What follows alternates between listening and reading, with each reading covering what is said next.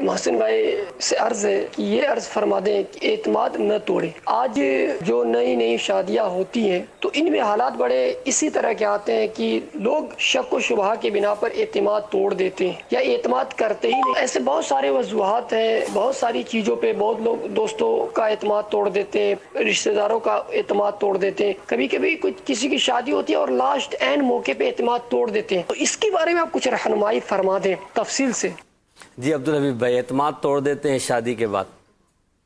شادی تو سبھی کی نئی نئی ہوتی ہے اور پرانی کسی کی نہیں ہوتی۔ ہاں صاحب، شادی ہوتی ہے تو نیا ہی جوڑا بنتا ہے۔ الحمدللہ رب العالمین والصلاۃ والسلام علی سید المرسلین۔ دیکھیں، دھوکہ جو ہے وہ بہت ہی برا عمل ہے، اور نبی پاک علیہ الصلوۃ والسلام کی بڑی مشہور حدیث ہے، من غش فلیس منا، جو دھوکہ دے وہ ہم میں سے نہیں۔ یعنی وہ ہم میں سے نہیں والی جو حدیثیں ہیں وہ ویسے ہی ڈرا دینے کے لیے کافی ہے، جس میں نبی پاک یہ فرما دے کہ وہ ہم میں سے نہیں، تو پھر اس سے بڑی وعید کیا ہوگی۔ اچھا، ہر چیز، ہر اعتماد کو توڑ دینا دھوکہ نہیں ہوتی، جو میں سمجھتا ہوں۔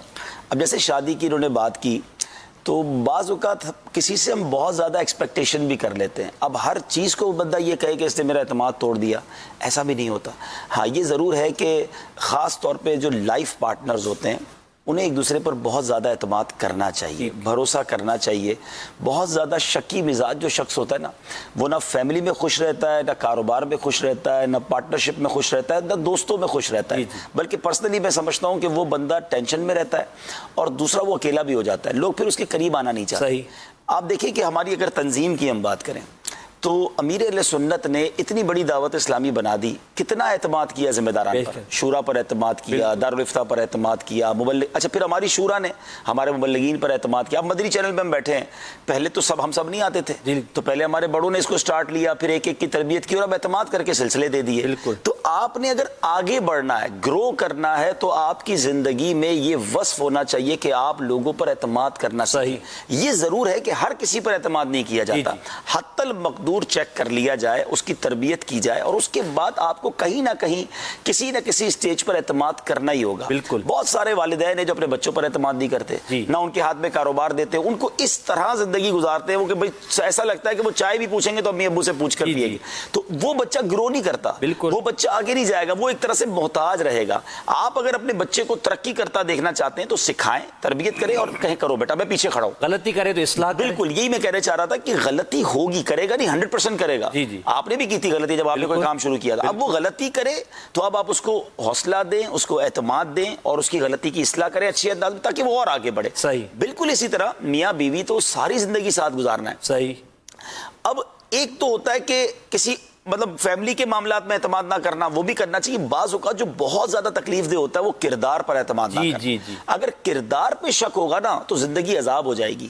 تو یقیناً ایسا بہت کم ہی ہوتا ہے کہ اللہ نہ کرے کسی کا کردار غلط ہو، لیکن شک کی مزاج آدمی، کس کا فون تھا، دروازے پر کون آیا تھا، سودا دینے کون آیا تھا، اچھا ابھی کیا کر رہی تھی، اس طرح تو معاملہ خراب۔ اور اسی طرح خواتین جو ہیں ان کو شوہر کے بارے میں، دیکھیں شوہر سارا دن تو باہر ہی ہوتا ہے، آپ سارا دن تو پتہ نہیں اس نے کیا کیا، گھر آتے ہی آپ جناب اس پر انسپیکٹر بن جائیں گے، تو وہ دوریاں ہو جائیں گی۔ اعتماد کے ساتھ ہی زندگی گزرے گی، اور یہی میں عرض کروں گا کہ بے اعتمادی جو ہے نا، اور خاص طور پہ شکی مزاج ہونا، وہ انسان کی اپنی زندگی کو بہت ڈسٹرب کر دیتا ہے۔ بالکل درست فرمایا۔ اور پھر توقعات جو زیادہ قائم کر لیتے ہیں، پھر ان کا اعتماد ٹوٹنے کے زیادہ مواقع، بالکل ایسا، زیادہ توقعات کم رکھیں، پھر اعتماد بڑھ جائے گا۔ مفتی قاسم صاحب کا ایک جملہ بہت یاد ہے، انہوں نے بڑی پیاری ایک بار مثال دی تھی کہ اگر میرا کوئی شاگرد میرے آگے سے گزرے اور وہ سلام نہ لے تو فیل ہوتا ہے، لیکن میں تندور کی دکان پر روٹی لینے جاؤں اور وہ مجھے سلام نہیں دیتا تو مجھے کچھ بھی فیل نہیں ہوتا۔ وجہ کیا ہے کہ اس تندور والے سے کوئی ایکسپیکٹیشن نہیں ہے، امید نہیں ہے کہ مجھے پہچانے گا اور سلام کرے گا۔